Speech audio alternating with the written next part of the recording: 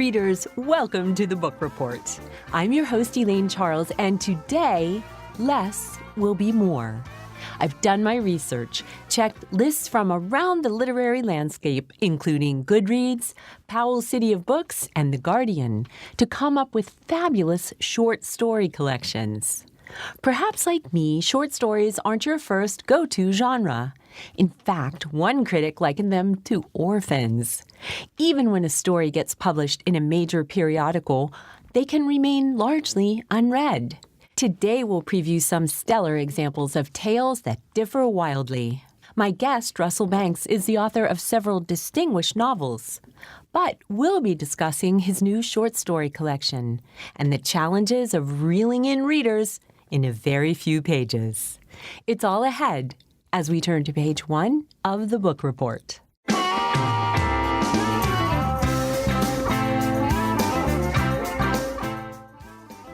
We begin today's show with a collection from one of the genre's most monumental voices, Nobel Prize winner Alice Munro. Dear Life encompasses moments of change, chance encounters, and twists of fate that create a new way of thinking or being. Munro's stories form a radiant portrait of just how dangerous and strangely ordinary life can be. Liza Ross and Robert Slade narrate. His opinions were something like his complexion. When they went to see a movie, he never wanted to talk about it afterwards. He would say that it was good, or pretty good, or okay. He didn't see the point in going further. He watched television. He read a book in somewhat the same way. He had patience with such things. The people who put them together were probably doing the best they could. Greta used to argue, rashly asking whether he would say the same thing about a bridge.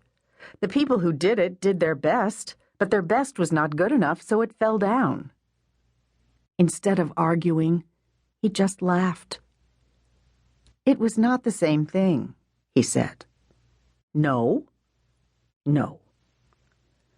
Greta should have realized that this attitude, hands-off, tolerant, was a blessing for her because she was a poet, and there were things in her poems that were in no way cheerful or easy to explain. Peter's mother, and the people he worked with, those who knew about it, still said poetess. She had trained him not to. Otherwise, no training necessary. The relatives she had left behind in her life and the people she knew now in her role as a housewife and mother did not have to be trained because they knew nothing about this peculiarity. It would become hard to explain, later on in her life, just what was okay in that time and what was not. You might say, well, feminism was not. But then you would have to explain that feminism was not even a word people used. Then you would get all tied up saying that having any serious idea, let alone ambition, or maybe even reading a real book, could be seen as suspect, having something to do with your child's getting pneumonia, and a political remark at an office party might have cost your husband his promotion. It would not have mattered which political party either. It was a woman's shooting off her mouth that did it. People would laugh and say, "Oh, surely you are joking." And you would have to say, "Well, but not that much." Then she would say, one thing, though, was that if you were writing poetry, it was somewhat safer to be a woman than a man. That was where the word poetess came in handy, like a web of spun sugar.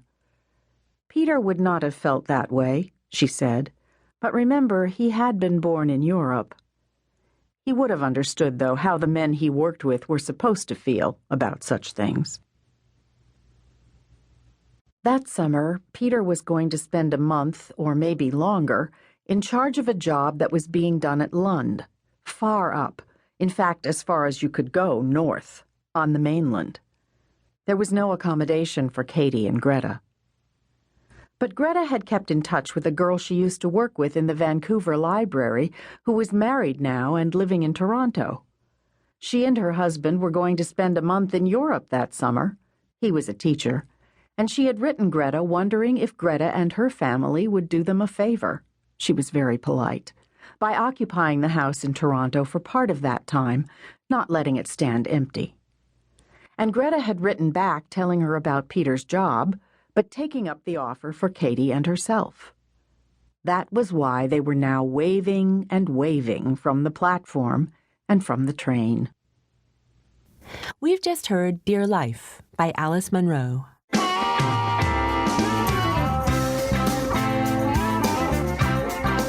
Russell Banks was born in Massachusetts and raised in New Hampshire. His father, a plumber, deserted the family when Russell was 12, and Russell helped provide for his mother and 3 siblings. An excellent student, he won a scholarship to Colgate, but he dropped out in his first year with the intention of joining Castro's insurgent army. He wound up working in a department store in Lakeland, Florida. He lived briefly in Boston, where he began to write short fiction and poetry. He then attended the University of North Carolina at Chapel Hill. Throughout the 1960s, Banks contributed short stories to a variety of literary magazines.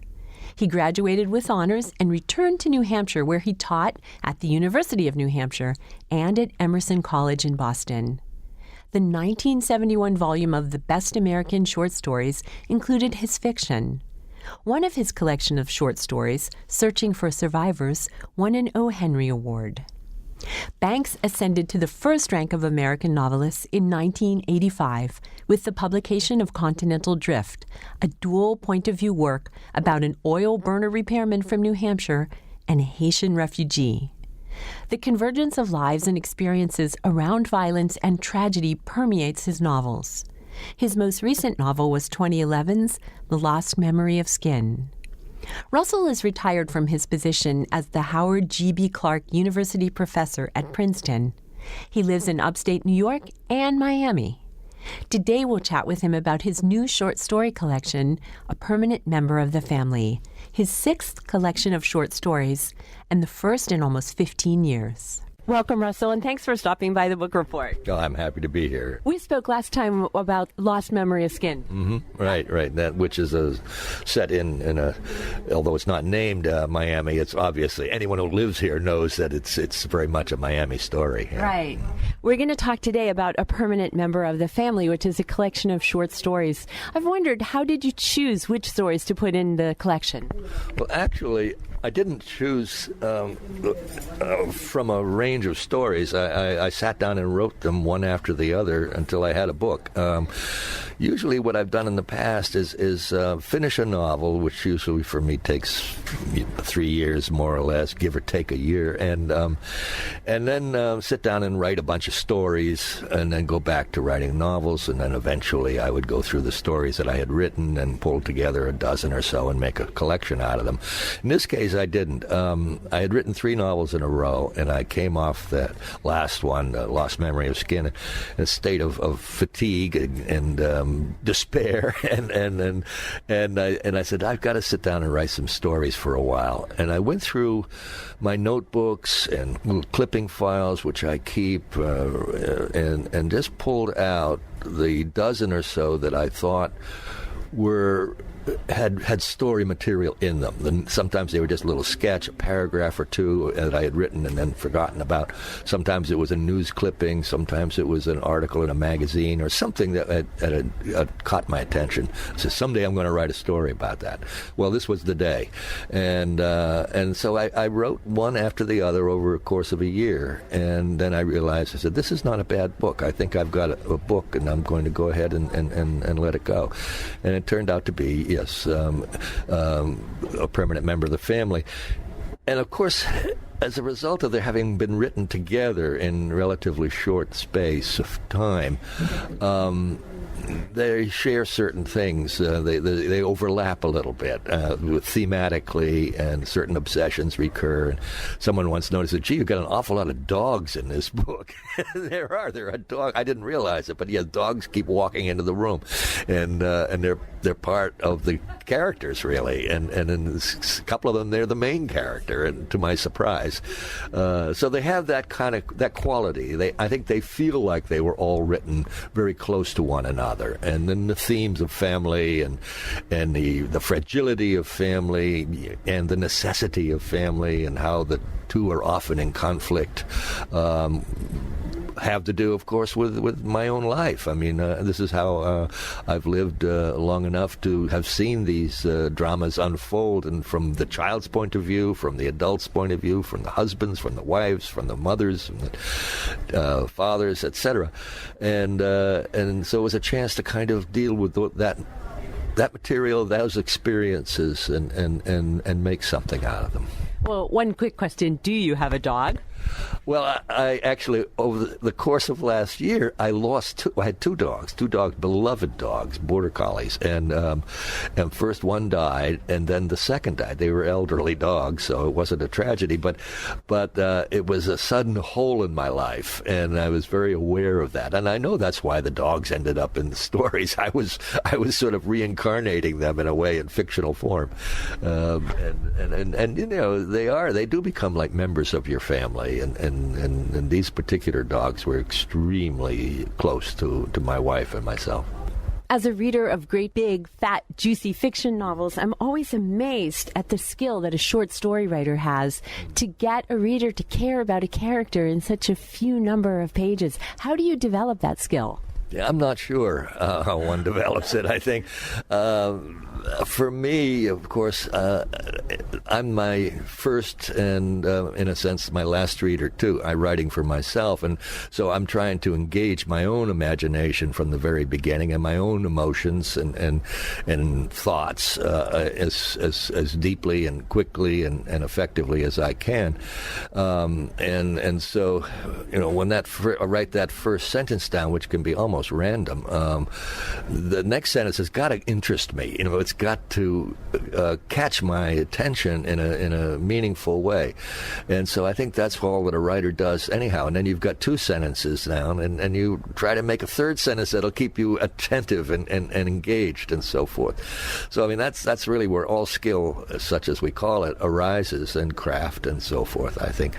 Also, you learn over the time that there are certain basic fundamental forms that will allow you to tell a story, and over time you become not necessarily conscious of those. In fact, you're likely to become less conscious of those forms, but they plug in a sense, you know. And one of the things I love about short story writing is that when you begin it, anything is possible. You can begin a story anywhere.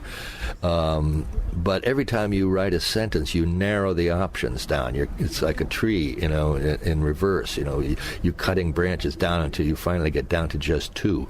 And the last couple of paragraphs in a short story are about choosing which of the two endings, you know, are you going to go with, and that's when the smoke starts to come out of one's ears, and you're really bearing down, and you have to ask yourself really fundamental kind of questions to say, what do I really believe is true about the world here? Now, is it A or is it B? You're not asking yourself which is a better ending or which is a cuter ending or which ending will the reader like more. You're asking yourself, what do I believe in a very fundamental way? And that's what writing the story is trying to lead you towards, is what's trying to lead the reader towards. We're speaking with Russell Banks on The Book Report. How often has it happened, or has it ever happened, that you sit down to write a short story and you're well into it and you say, this is turning into a novel. This is going to be my next novel. It's only happened once. Which book? It was Rule of the Bone. And I wanted to write a short story about, I was working in a prison in upstate New York, and I kept coming in contact with these kids that were in their early 20s or so, and were doing time, most of it for drugs. And I realized at a certain point they all had, from the age of 14 or so, lived outside normal family life. Either they had, you know, been kicked out of the house, or their parents had abandoned them, or they were living with a grandparent, or they were living with a sibling or something like that. But they weren't living in what we would think of as the nuclear family. And I I asked them all, how did they come to live on their own? I mean, just to write an answer to that question. And it turned out they came to live on their own through really stupid little mistakes in life, like I hit a gym teacher, or my mother had a guy move in and he didn't like me, or I didn't like him, and from that he got kicked out of the house. And so that was the story. And then I finished it. I said, now I wonder what's going to happen to this kid. He's out there on the streets, and he's homeless. He's a 14-year-old homeless boy. And so I wrote what became then chapter 2 in Rule of the Bone. And then I wonder what happened to him after that. And then chapter 3 and so on. And before I knew it, I had the novel. In the title story, A Permanent Member of the Family, is it autobiographical, and will you share a bit of that story with listeners? Yeah, I'll confess that is. It was after a divorce in the 70s, and I had 3 children, and we were experimenting with joint custody, which was a big deal then, and an experimental kind of arrangement. And I lived very close by, and so the kids would go back and forth and everything. And we had a family dog. And there was no way the dog would allow us to have joint custody. The dog is a pack animal, and the dog chose me to take care of her. And so she stayed with me. And in a way, it was great because then the kids would come down, not to see me, they'd come down to see the family dog. And that became a big image in the family, an important one. And then I accidentally drove over the dog. She was very, very old, and she would sleep under the car.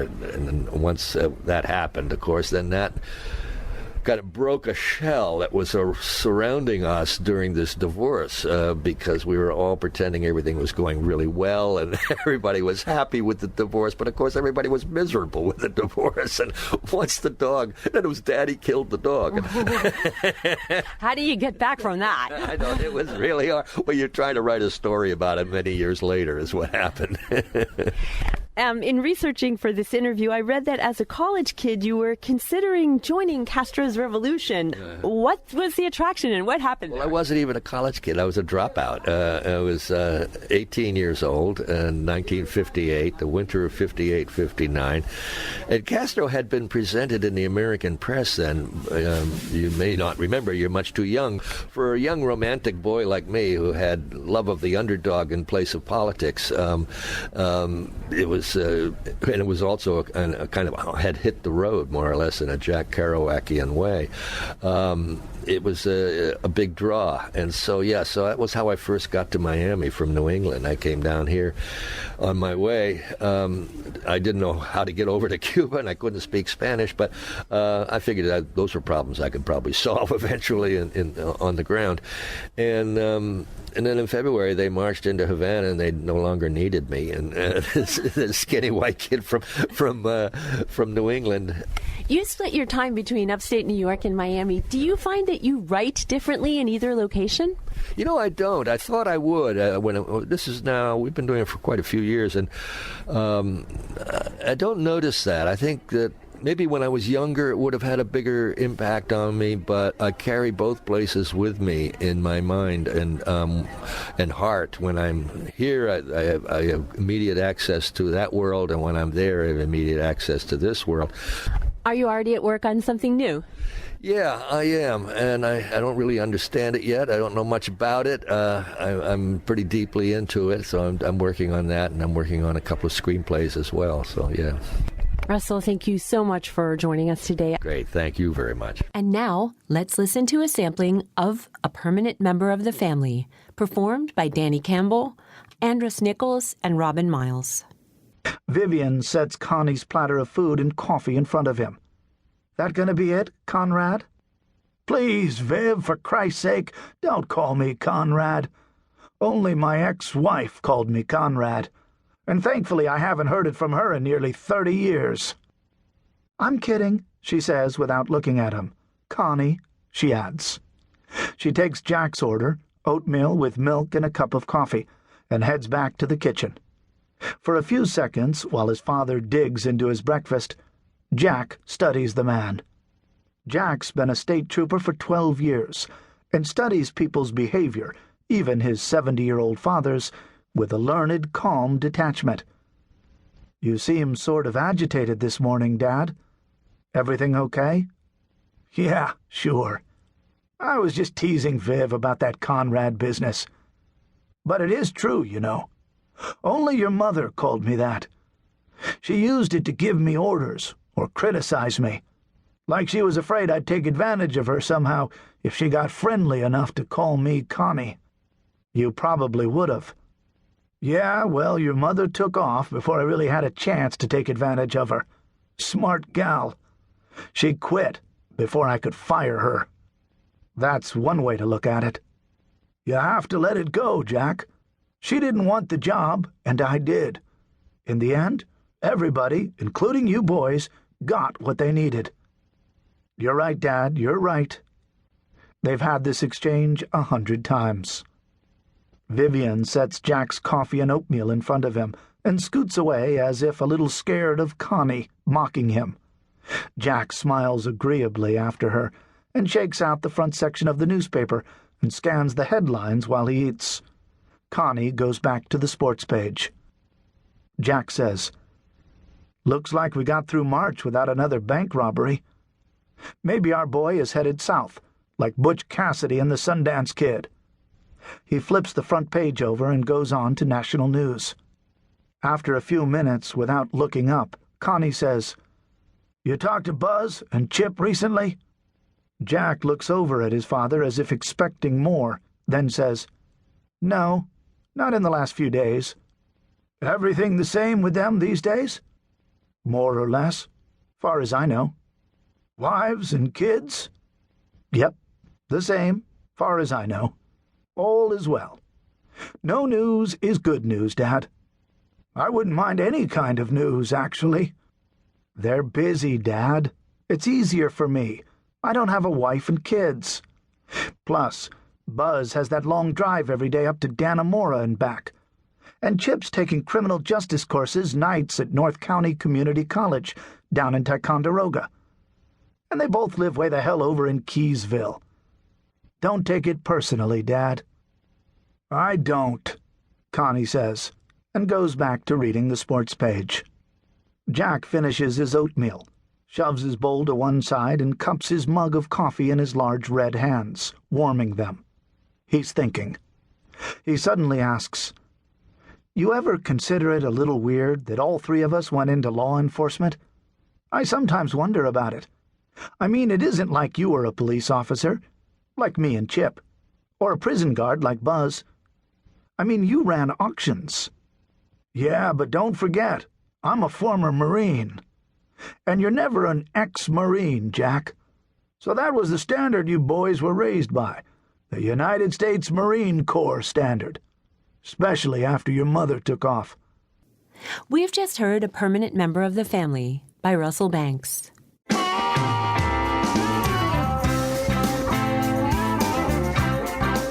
Blending literature and memoir, Ann Patchett examines her deepest commitments to writing, family, friends, dogs, books, and her husband in This is the Story of a Happy Marriage. Stretching from her childhood to the present day, from a disastrous early marriage to a later happy one, the stories cover a multitude of topics, including charting the hard work and joy of writing and the unexpected thrill of opening a bookstore. As she shares stories of the people, places, ideals, and art to which she has remained indelibly committed, Anne, who narrates, brings into focus the large experiences and small moments that have shaped her as a daughter, wife, and writer. The tricky thing about being a writer or about being any kind of artist is that in addition to making art, you also have to make a living. My short stories and novels have always filled my life with meaning, but, at least in the first decade of my career, they were no more capable of supporting me than my dog was. But part of what I love about both novels and dogs is that they are so beautifully oblivious to economic concerns. We serve them, and in return they thrive.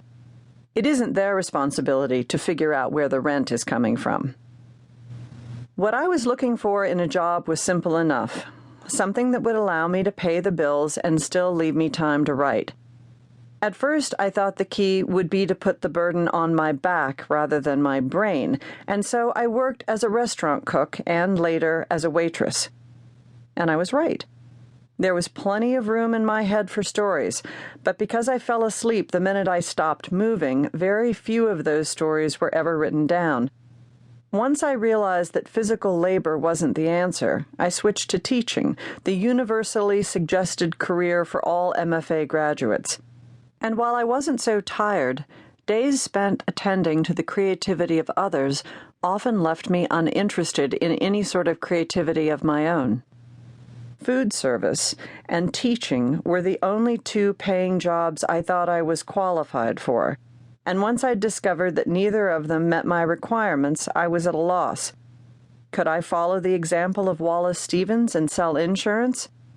All I knew for certain was that I had to figure out how to both eat and write. The answer, at least the first spark of it, came in the form of a 250-word book review of Amy Tan's novel The Joy Luck Club.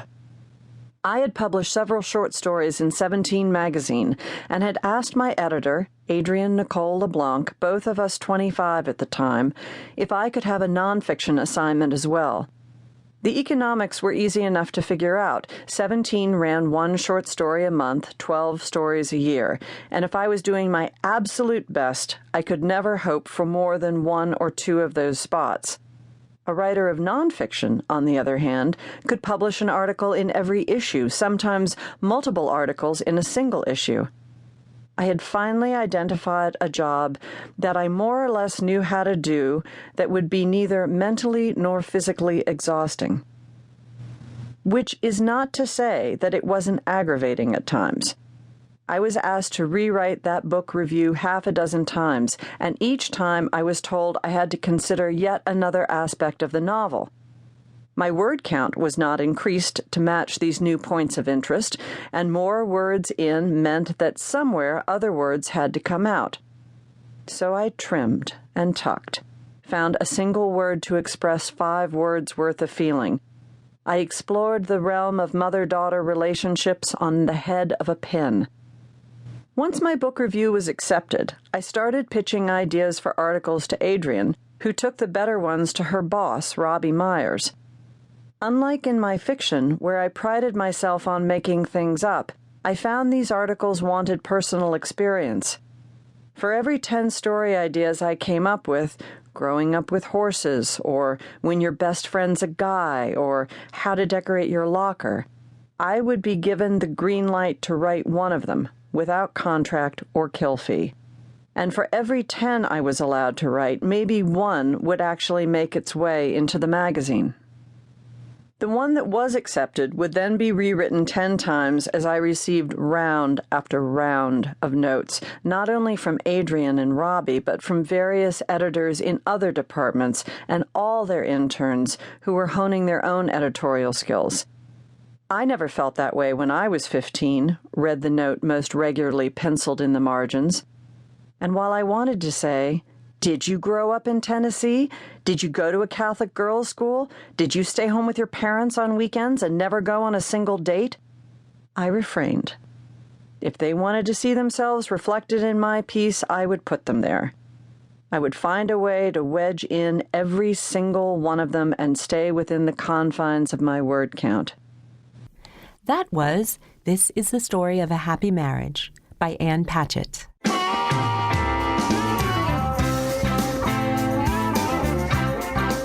Small Victories, Spotting Improbable Moments of Grace, is Anne Lamott's long-awaited collection of new and selected stories and essays on hope, joy, and grace. Anne writes about faith, family, and community in ways that are both wise and irreverent. Our victories over hardship may seem small, but they change us, our perceptions, our perspectives, and our lives. Lamott, who performs her work, clarifies how we find the joy in getting lost and our amazement in finally being found. The 3 of us had lunch in town 2 months earlier, before the feeding tube, before Kate. Barbara used the walker, which looked like a tall, compact shopping cart, but moved at a normal pace. She still ate with a fork, not a feeding tube, and spoke, although so softly that sometimes I had to turn to Susie for translation. Barbara talked about her wellness blog, her need for supplemental nutrition. Breath, nutrition, voice. Breath, nutrition, voice.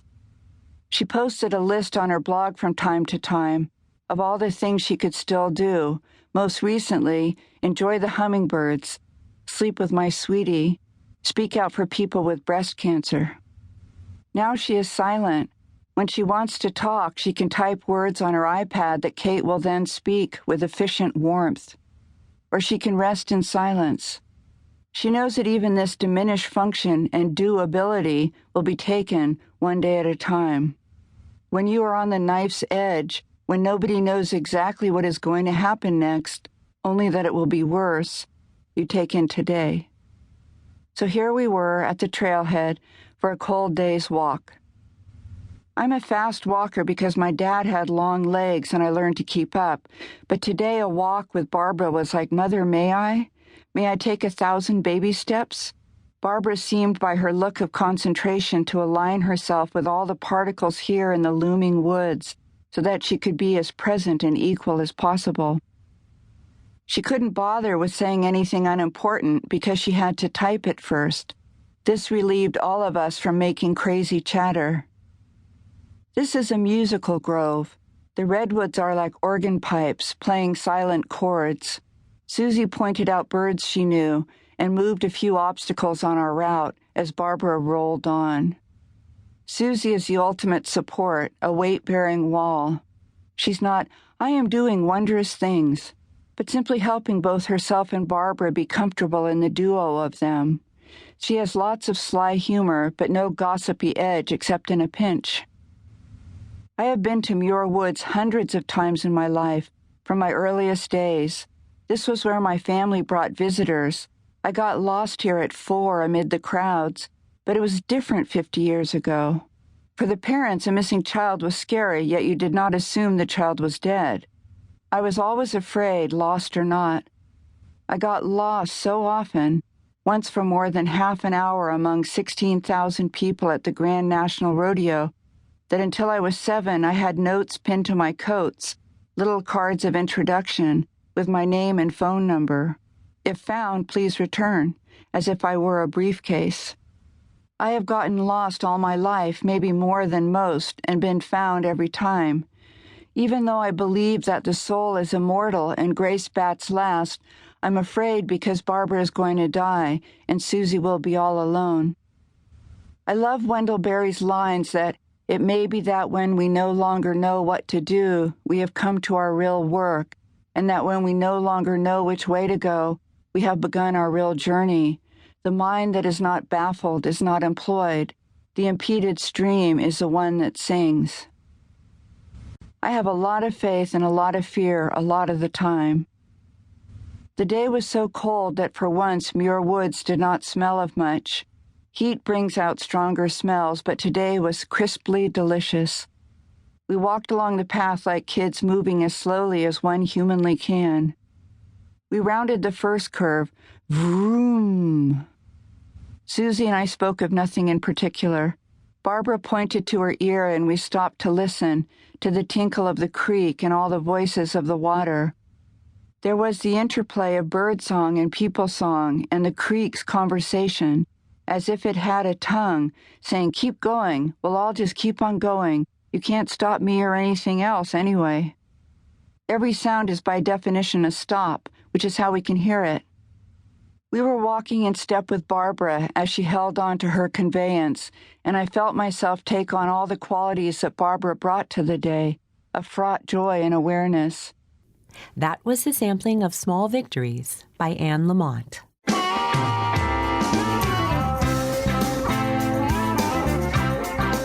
We Live in Water is the first collection of short fiction from Jess Walters, author of the wildly popular Beautiful Ruins. This enjoyable collection has earned the distinction of being named a 2014 Audie Award finalist by the Audio Publishers Association. In Thief, a blue-collar worker turns unlikely detective to find out which of his kids is stealing from the family vacation fund. In We Live in Water, a lawyer returns to a corrupt North Idaho town to find his father, who disappeared 30 years earlier. In Anything Helps, a homeless man has to go to cardboard to raise enough money to buy his son the new Harry Potter book. And the collection's final story transforms a portrait of Walter's hometown into a moving contemplation of our times. Eduardo Ballerini narrates. Bit sits against his pole. A slick creeps down his back. Then a guy in a gold convertible Mercedes almost makes the light, but has to slam on his brakes.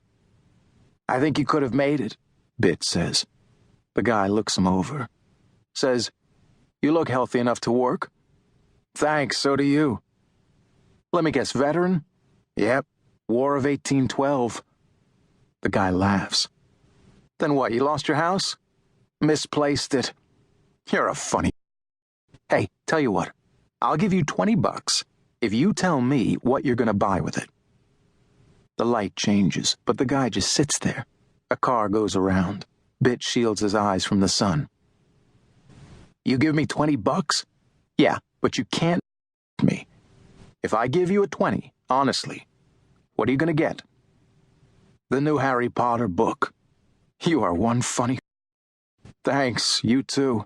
"No, tell me exactly what you're gonna drink or smoke or whatever, and I'll give you 20. But it's gotta be the truth." The truth. Why does everyone always want that? He looks at the guy in his gold convertible. Back at the Jesus beds they'd be gathering for group about now, trying to talk one another out of this very thing, this reverie, truth. "Vodka," Bit says, "because it f***s you up fastest. I'll get it at the store over on 2nd, whatever cheap stuff they got, plastic in case I drop it. And I'll get a bag of nuts or pretzels. Whatever money's left," Bit's mouth is dry, "I'll put in municipal bonds." After the guy drives off, Bit looks down at the $20 bill in his hand. Maybe he is a funny Bit slides the book forward. Harry Potter and the Deathly Hallows. "What's a hallow, anyway?" he asks. The clerk takes the book and runs it through the scanner. "I guess it's British for hollow. I don't read those books." "I read the first one. It was pretty good." Bit looks around Auntie's bookstore, big and open, a few soft chairs between the rows of books. "So what do you read?" "Poloniac. That'll be $28.56. Bit whistles, counts out the money and sets it on the counter. 70 cents short. The clerk has those big loopy earrings that stretch out your lobes. He moves his mouth as he counts the money. "How big are you going to make those holes in your ears?" "Maybe like quarter size. Hey, you're a little short. You got a discount card?" Bit pats himself down. In my other pants." "Be right back," the kid says, and leaves with the book. "I'm kind of in a hurry," Bit says to the kid's back. He needs to stop by the Jesus beds, although he knows Cater might not let him in. He likes Cater, in spite of the guy's mean Jesus rules and intense mean Jesus eyes. It's a shame what happened, because Bit had been doing so good, going to group almost every day, working dinner shifts and in the yard. Cater has this pay system at the Jesus beds, where you serve or clean or do yard work and get paid in these vouchers that you redeem for snacks and shit at the little store they run.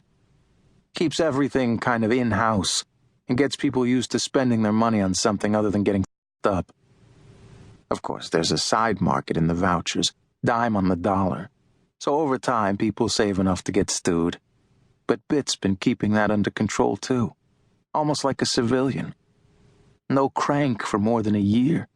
Just a beer or two once a month, occasionally a split bottle of wine. Then last weekend happened. At group on Thursday, Fat Danny had been bragging again about the time he OD'd, and that made Bit think of Julie, the way her foot kept twitching after she stopped breathing. So after group, he took a couple of bucks from his stash, the hollow rail of his bed, and had a beer. In a tavern, like a real person, leaned up against the bar, watching baseball. And it was great. Well, he didn't even drink all of it. It was more about the bar than the beer. but it tasted so good. He broke down on Friday and got 240s at the Quick Stop. That was We Live in Water by Jess Walter.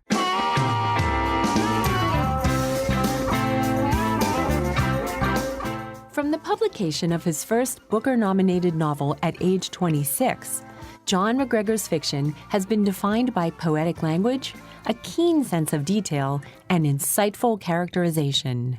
Now, after publishing 3 novels, McGregor turns his talent towards short fiction.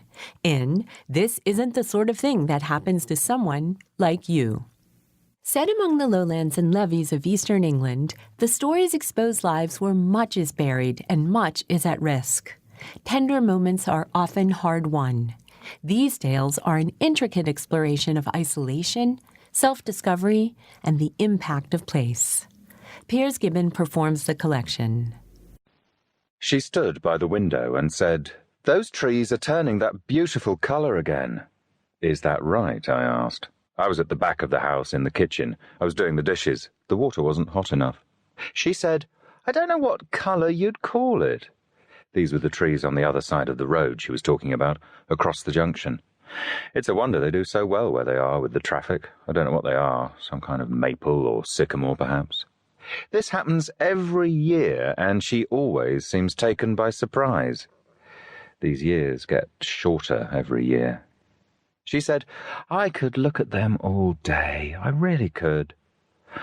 I rested my hands in the water, and I listened to her standing there, her breathing. She didn't say anything. She kept standing there. I emptied the bowl and refilled it with hot water. The room was cold, and the steam poured out of the water and off the dishes. I could feel it on my face. She said, "They're not just red. That's not it, is it now?" I rinsed off the frying pan and ran my fingers around it to check for grease. My knuckles were starting to ache again already. She said, "When you close your eyes on a sunny day, it's a bit like that colour." That was a sampling of This Isn't the Sort of Thing That Happens to Someone Like You by John McGregor.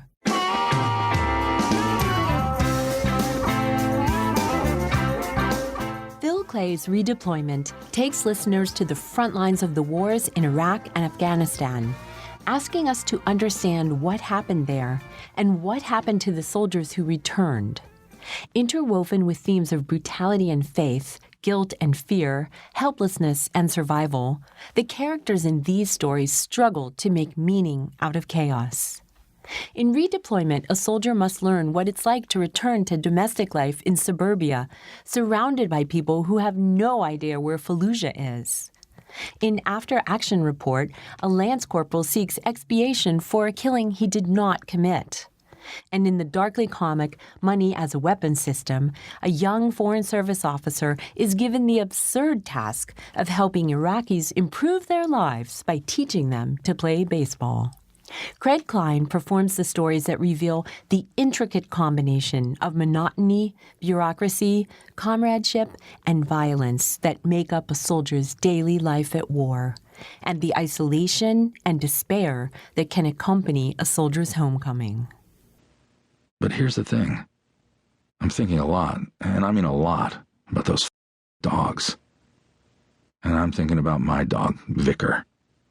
About the shelter we'd got him from, where Cheryl said we'd had to get an older dog because nobody takes older dogs. How we could never teach him anything. How he'd throw up he shouldn't have eaten in the first place. How he'd slink away all guilty, tail down and head low and back legs crouched. How his fur started turning gray 2 years after we got him. He had so many white hairs on his face that it looked like a mustache. So there it was.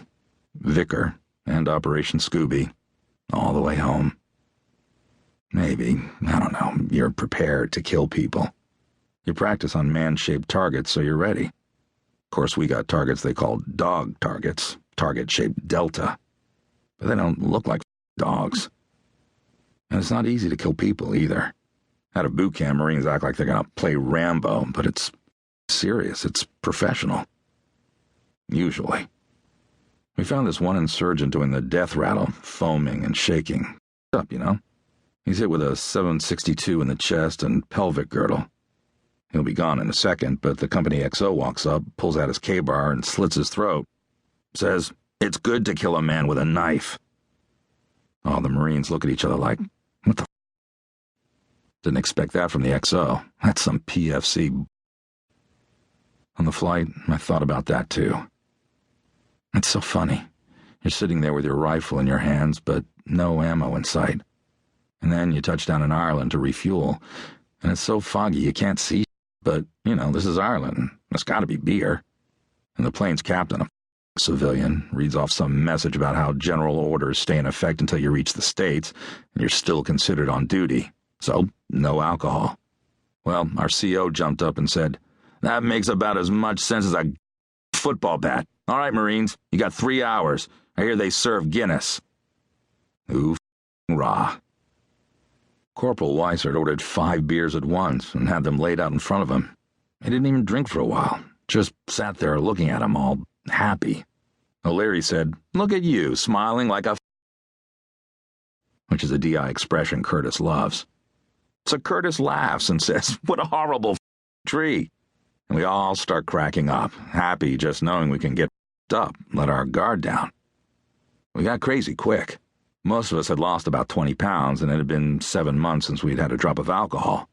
McManigan, second award PFC, was rolling around the bar with his hanging out of his camis, telling Marines, "Stop looking at my..." Lance Corporal Slaughter was there all of a half hour before he puked in the bathroom, with Corporal Craig, the sober Mormon, helping him out, and Lance Corporal Greeley, the drunk Mormon, puking in the stall next to him. Even the company guns got wrecked. It was good. We got back on the plane and passed the out. Woke up in America. Except when we touched down in Cherry Point, there was nobody there. It was 0 dark and cold, and half of us were rocking the first hangover we'd had in months, which at that point was a kind of that felt pretty good. And we got off the plane, and there's a big empty landing strip, maybe a half dozen red patchers, and a bunch of 7-tons lined up. No families. The company guns said they were waiting for us at Lejeune. The sooner we get the gear loaded on the trucks, the sooner we see them. Roger that. We set up working parties, tossed our rucks and sea bags into the 7-tons. Heavy work, and it got the blood flowing in the cold. Sweat a little of the alcohol out, too. Then they pulled up a bunch of buses, and we all got on, packed in, M16 sticking everywhere, muzzle awareness gone to. But it didn't matter. Cherry Point to Lejeune's an hour. First bit's through trees. You don't see much in the dark. Not much when you get on 24 either. Stores that haven't opened yet, neon lights off at the gas stations and bars. Looking out, I sort of knew where I was, but I didn't feel home. I figured I'd be home when I kissed my wife and pet my dog. We've just heard Redeployment by Phil Clay.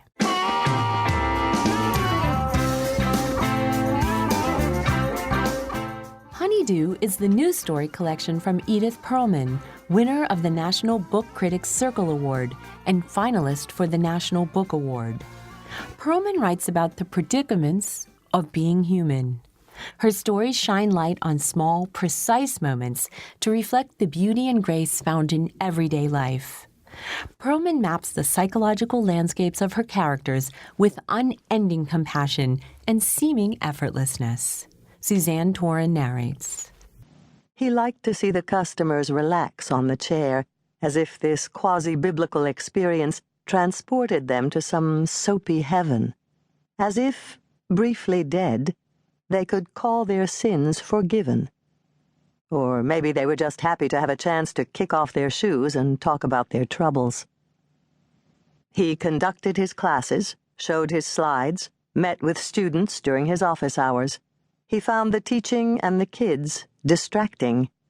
One of the blonde young women reminded him of Renee, knowledgeable on the outside, unsure on the inside. But even inviting a student to take in a movie was forbidden. And so he hurried away from his office hours to watch, alone, the blameless performance on Main Street. The days got shorter. Page's last customers walked under dim street lights and entered a brightly lit shop. One dark afternoon, Bobby saw the red-cheeked chemistry professor and his wife side by side on the chairs as if driving to the movies. Paige, gently kicking her stool, moved from one to the other. Down in his study, Bobby took off his own shoes and then his right sock. He had stopped attending to his feet after the accident. Now, how appalling the linty, corned toes. How distressing the jagged toenails. No wonder all his socks had holes. He took off his left sock and rested the left foot on his right knee. His heel was scored with lines, as if it could reveal his fortune. Still barefoot, he returned to his unlit turret and looked out of the window. Bent over the chemistry professor's tootsies, Paige personified hard work, like Renee bent over her briefs. Back in New York, Renee had moved inflexibly toward her goal. She wanted to be made partner, whereas Bobby had practiced indifference and inattention, writing careless reviews for short-lived arts magazines, making off-the-cuff attributions for the galleries he consulted for. This difference in attitude had led to arguments. After her last customer left, Paige often came out and sat on the store's single broad step and lit a narrow cigar. Bobby used the toilet, reading by flashlight. He turned off the flashlight and watched her smoke. Around midnight, she went to bed. He did too. This went on for a while. He thought of buying binoculars, but she wasn't a bird. He thought of dragging out his opera glasses, but she wasn't a soprano. He thought of employing his loupe, but she wasn't a work of art.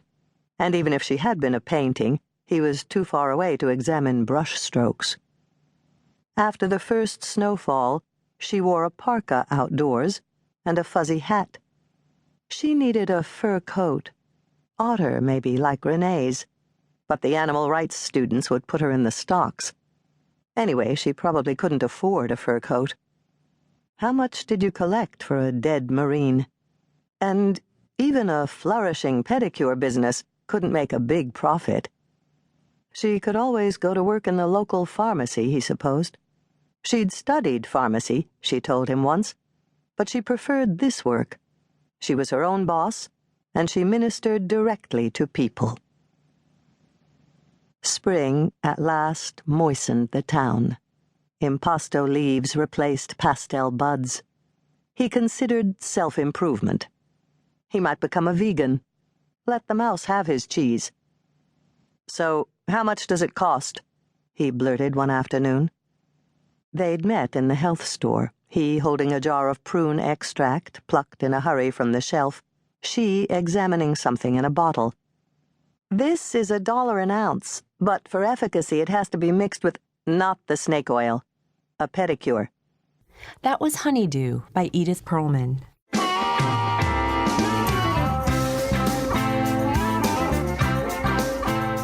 Readers, these stories have opened my eyes to the mastery of writers who make every word count. Whatever your favorite genre, find new suggestions on my website, bookreportradio.com. Thanks so much for joining me today. Let's meet again in a week for the next edition of The Book Report.